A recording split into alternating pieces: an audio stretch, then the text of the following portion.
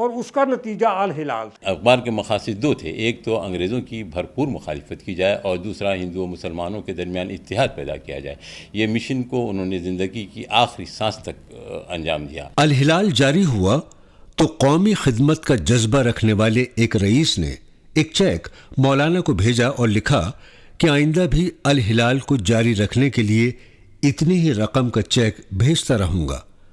مولانا نے اس کے جواب میں لکھا، ہمارے عقیدے میں تو جو اخبار اپنی قیمت کے سوا کسی انسان یا جماعت سے کوئی اور رقم لینا جائز رکھتا ہے وہ اخبار نہیں بلکہ اس فن کے لیے ایک دھبا اور سراسر آر ہے۔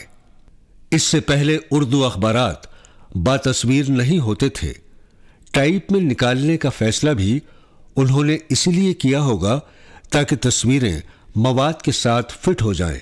انہوں نے اپنے اس اخبار میں خبروں کے علاوہ مذہب، سیاست، نفسیات، معاشیات، عمرانیات، جغرافیہ، تاریخ، سوانحی ادب اور حالات حاضرہ پر معیاری مضامین ایک ساتھ شائع کیے۔ الہلال کا ایک بہت بڑا ایک کنٹریبیوشن ہے ہندوستان کی آزادی کی لڑائی میں، کیونکہ اس نے کلکتے سے لے کے پشاور تک ایک آگ لگا دی تھی لوگوں کے اندر میں، اور کیا ہندو اور کیا مسلمان سب لوگ الہلال کی تحریروں کو جو نہیں سمجھ سکتے تھے وہ پڑھ سکتے تھے، دوسروں سے پڑھوا کے سنا کرتے تھے۔ الہلال کی مقبولیت اور روز بروز اس کے بڑھتے باغیانہ عناصر سے خائف برطانوی گورنمنٹ نے ستمبر 1913 میں اس سے 2000 کی ضمانت طلب کر لی۔ مولانا نے 2000 کی ضمانت جمع کرا دی، مگر اخبار کی پالیسی جوں کی توں برقرار رہی تو 2000 کی ضمانت ضبط کر کے 10,000 کی ضمانت طلب کی۔ یہ ضمانت بھی بہت جلد ضبط کر لی گئی۔ جب اس سے بھی مولانا نے اپنی پالیسی نہیں بدلی تو گورنمنٹ نے الہلال پریس ضبط کر لیا۔ کچھ عرصے بعد مولانا نے البلاغ پریس قائم کیا اور الہلال کو وہ البلاغ کے نام سے نکالنے لگے۔ کچھ دنوں بعد حکومت بنگال نے انہیں بنگال کی حدود سے نکل جانے کا حکم جاری کر دیا۔ بنگال سے نکل کر وہ رانچی کے مضافات کے ایک گاؤں میں مقیم ہوئے۔ 3 مہینے بعد ان کو وہیں نظر بند کر دیا جہاں سے وہ 1919 میں رہا ہوئے۔ ایسی صورت میں البلاغ بھی جاری نہ رہ سکا۔ جون 1927 سے انہوں نے الہلال پھر شروع کیا جو 6 ماہ تک ہی چل سکا۔ الہلال کے تسلسل سے نہ نکلنے کی ایک بڑی وجہ مولانا کا عملی سیاست میں سرگرم ہونا اور بار بار کی نظر بندی اور گرفتاری تھی۔ ہندوستانی سیاست میں ایک ایسا موڑ آیا کہ تمام پارٹیاں انٹرم گورنمنٹ بنانے پر متفق ہو گئی۔ انٹرم گورنمنٹ کا قیام عمل میں بھی آ گیا، لیکن کانگریس اور مسلم لیگ کے درمیان خلیج بڑھتی گئی، جس کے نتیجے میں ملک تقسیم ہو گیا۔ مولانا آزاد آخر وقت تک تقسیم کے خلاف لڑتے رہے۔ جس ہندوستان نے دنیا کو امن اور انسانیت کا یہ سب سے بڑا انسان دیا ہے، خود اسی ہندوستان میں امن اور انسانیت کو کس طرح خاک و خون میں ملایا جا رہا ہے۔ پنجاب میں 5 دریا ٹھنڈے پانی کے ہزاروں برس سے بہہ رہے تھے، اب ایک چھٹا دریا انسان کے گرم گرم خون کا بھی بہنے لگا ہے۔ پانی کے دریاؤں پر ہم نے اینٹ، پتھر اور لوہے کے پل بنائے تھے، اس چھٹے دریا کا پل اب انسانوں کی لاشوں سے چنا جا رہا ہے۔ آج سے 600 برس پہلے جب تاتاریوں نے ملتان پر حملہ کیا تھا تو امیر خسرو نے کہا تھا پنجاب دیگر اندر ملتان آمد پدید، یعنی ملتان میں پانی کے 5 دریاؤں کے ساتھ خون کے 5 دریا بھی بہنے لگے۔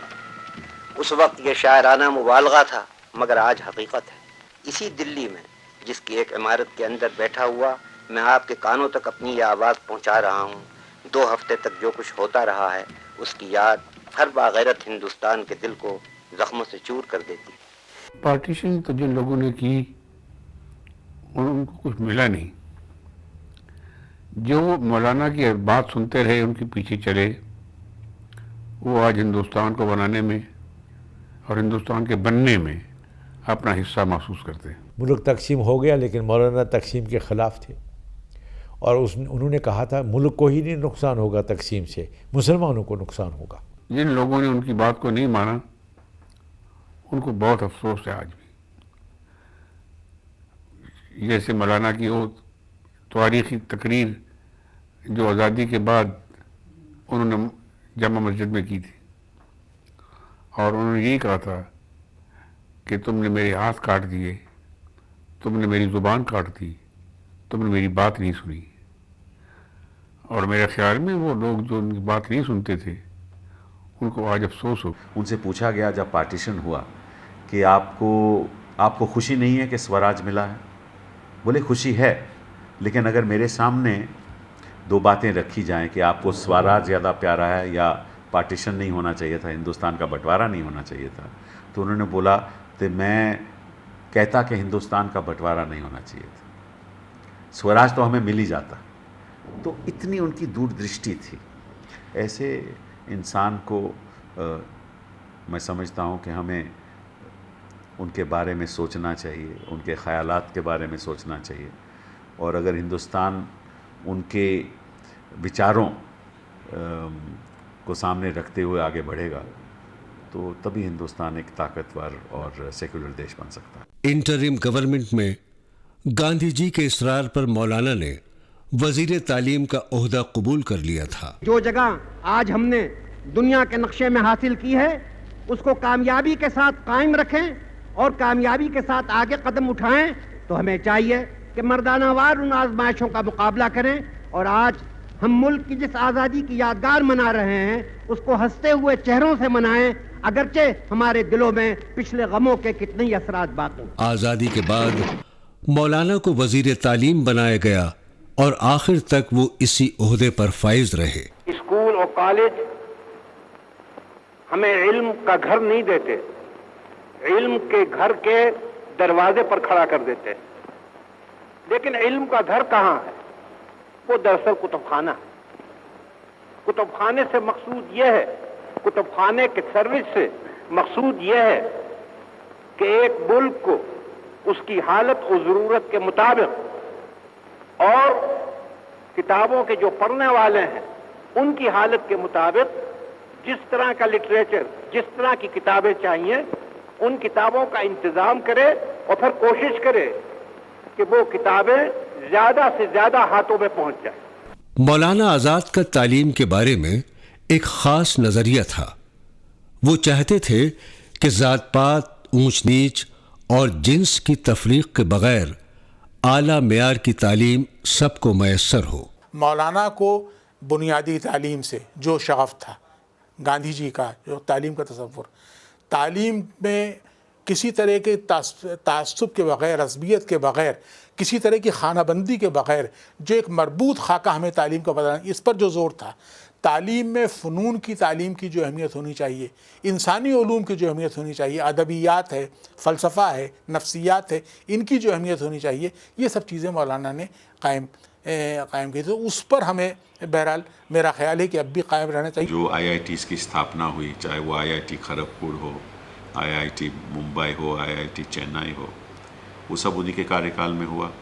UGC کا گٹھن جو ہوا وہ بھی انہی کے کاریہ کال میں ہوا. جو بنیادی طور پہ جو انسٹیٹیوشنس آف ایکسلنس تھی ان کے کاریہ کال میں ہوا، اور ان کا جو اپلبدھیاں ہیں وہ آج ہمیں دکھ رہی ہیں. ظاہر ہے آج اگر ہندوستان میں سے اتنے بڑے بڑے لوگ، بچے جو سافٹ ویئر انجینئر بن کر دوسرے ممالک کو جا رہے ہیں، بڑے بڑے یونیورسٹیز کا اگر قیام یہاں پر ہوا ہے، سینٹرل یونیورسٹیز کا، تو یہ تمام کی تمام دین ہے مولانا آزاد رحمۃ اللہ علیہ کی. انہوں نے 2 ثقافتی ادارے قائم کیے.